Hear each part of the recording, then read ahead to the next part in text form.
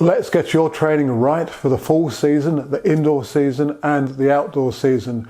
In this video, we're going to look at how you can maintain specific technical inputs into your workouts in early season. In the previous two videos, we've looked at how you can build specific condition in the early stages of autumn-winter preparation.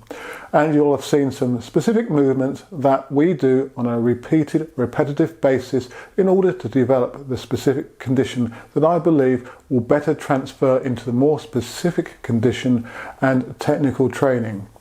However, we don't neglect technical training at the beginning of the training year.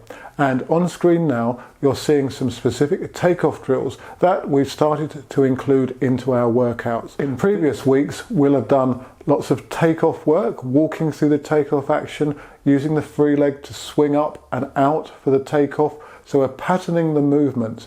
And now with these more specific drills, we are taking the athlete, the jumper, closer to what's required of the actual event. Yes, there's still going to be a few more weeks, probably about a month before we start pit work, but you can see how I'm progressing the training so that it makes it easier for the jumper just to start jumping. One of the specific drills you're watching patterns the penultimate step. So this is crucial, and by doing multiple repetitions as you're watching, you can learn how to position on that second to last step to position the hips and get through into the takeoff with the hips moving. So this will transfer directly into actual pit work, obviously. At this stage of training, which is about 3 to 4 weeks into winter preparation, we will still be doing the endurance-based drills, and we'll be running over 60 meters, 100 meters on a repeat basis at 80 to 90% speeds. And we're only just now going to start to transition into slightly more specific work with more recoveries.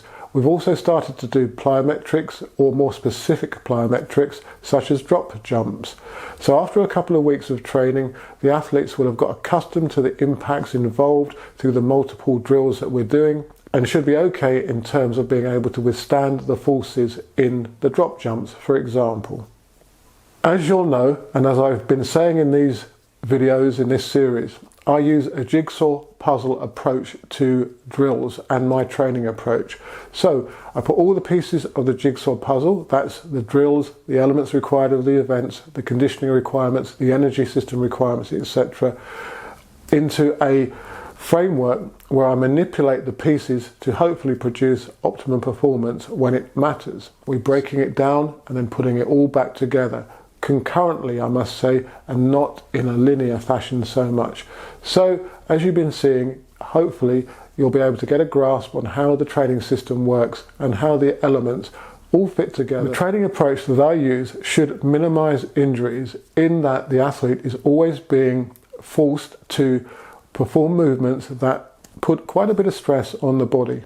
There's no real slower intensity, there's a lower intensity, but they are still putting their body into the positions that will be required for sprinting and jumping, for example, and at intensities that aren't too far removed from the actual events.